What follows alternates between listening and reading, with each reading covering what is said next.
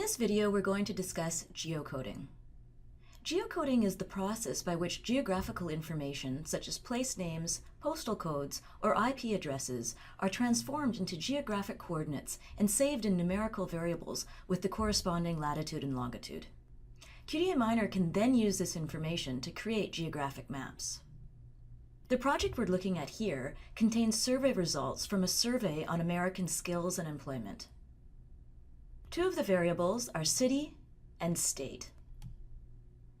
Notice, our state information differs in format. Sometimes it's written out in full, and sometimes it's abbreviated. This is fine. QDA Miner can deal with this. To access the geocoding function, select Variables at the top of the screen and scroll down to Geocoding. You'll need an internet connection for this function to work, as the transformation uses a geocoding server. Once the variables are created, however, mapping can be done without an internet connection. QDA Miner can code 6 types of data: postal codes and countries, cities, states or provinces and countries, states or provinces and countries, countries, IP addresses, and an unstructured location string.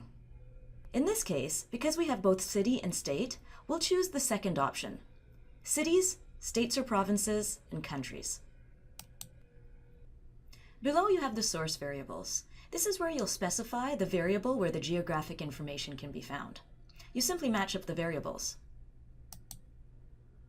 City geographic information can be found in the variable called city, for example. And state in state. You can also set a default value.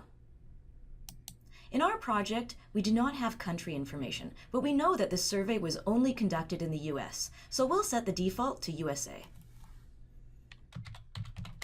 Each field must be specified for the OK button to become active.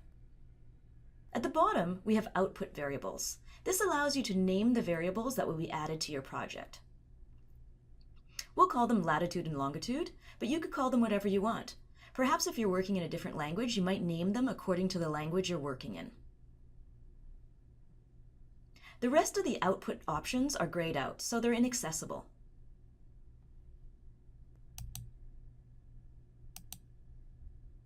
If you choose to geocode from IP addresses, these options become active. They allow you to obtain a city name, a state or province, and a country name, and store the information into string variables. Let's go back to our original choice.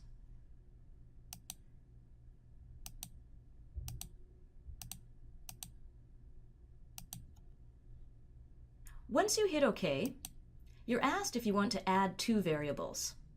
These are the latitude and longitude. 26 cases have been geocoded. And our new variables containing the latitude and longitude numerical information have been added to the project for each case.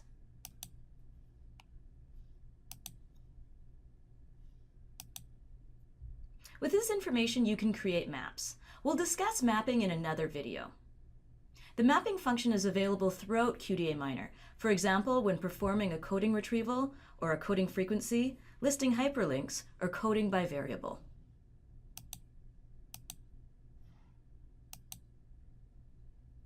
Anywhere where you see this button.